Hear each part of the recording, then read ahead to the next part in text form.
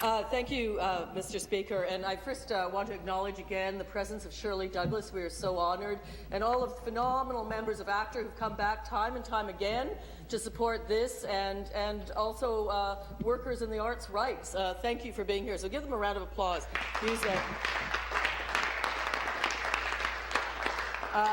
This is my little speech is going to be called Confessions of a Child Actress, because I was one. And when you talk about stage mothers, I had one. And she was a stage mother to beat all stage mothers. And I remember at the tender age of 3 or 4 being taken out to model, to go on auditions. I had several little minimal parts in various advertising moments on television. And it was one of those scenes that you've seen in the movies where you open the door of the audition and 3 mothers fall in because they all have their ears at the door. And I remember to this day the sheer terror and horror of those auditions, I have to say. And I know my mother meant well. It wasn't that she didn't mean well. She really wanted the best for me. But it was terrifying. I don't know many performers who love to go on auditions, quite frankly, but imagine what that feels like for a little kid. It's scary. Go on, do your best, smile. I remember having to smile so hard my cheeks hurt. I remember that very well. My mother's very proud, though, because it all culminated in me actually getting a job in an ongoing series. You know, that's the kind of gold ring for many performers. It was called Time of Your Life, and it was on CBC, and I was a dancer. I think Peter Kasner was one of the stars on that show.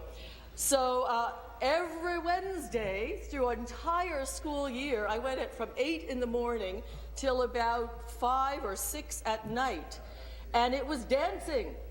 So no school whatsoever, so we rehearsed, and we rehearsed hard. I was like 9 or 10 at the time. When I think back about it, there was no chaperone. There was no parent on the set.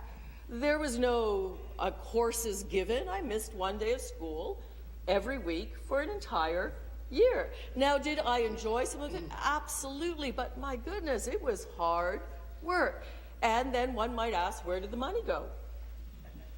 I don't know.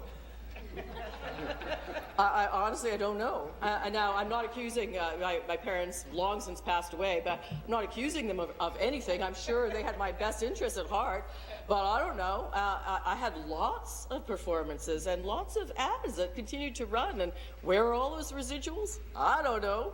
So, suffice to say, I support this bill. Not only do I support it, but back in 2007, 6 years before, we tabled this bill before with the New Democratic Party, and a bill for actors' rights. And so I really herald this member from Hamilton Stony Creek for bringing it back again. And this time, I think we're going to be lucky. This time, I think we're going to be lucky. Because this time we're in a minority government where we have a little bit more push, a little bit more say. Especially New Democrats. Especially, we had quite a bit of push and quite a bit of say this last budget time. So I live in hope that the Minister of Labour is going to do the right thing and is going to move on this, finally, because, as you heard the member from Hamilton East Stony Creek say, it's not good enough to have guidelines. Guidelines, they have no legal, they don't really even have moral weight. They're something that just a piece of paper on your desk. It's the enforcement, it's the law that makes the difference, and then, of course, the enforcement. So that's important. It's extremely important to codify this. It's extremely important to move on this, because I know there are lots of kids out there who are going through the same reality I went through. And let me tell you, it turned me off acting forever, unless you count this as acting. You know, turned me off acting. It turned me off auditions, that's for sure.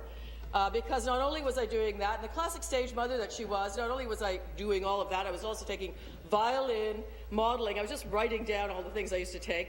Acting, I used to take ballet. I literally had a class every night of the week after school, plus doing the work that I did. That's very stage mother. Come on, that's very stage mother. Now, there are some children who love to do that, who want to do that. I wasn't one of them. It's the kids like me you got to protect. And all the kids, even the ones that love it, even the ones that love doing it, you got to protect the money they earn doing it. This is only fair, because not all parents have the best intentions of their children at heart. Unfortunately so. We know that to be true. So again, absolutely important that we support this, absolutely important that we get it passed this time, and not just passed today. But please, my friends in the Liberal Party and the government, please make this a law so that these poor people don't have to come back in another 6 years to see the same, sometimes not great performances take place. Thank you.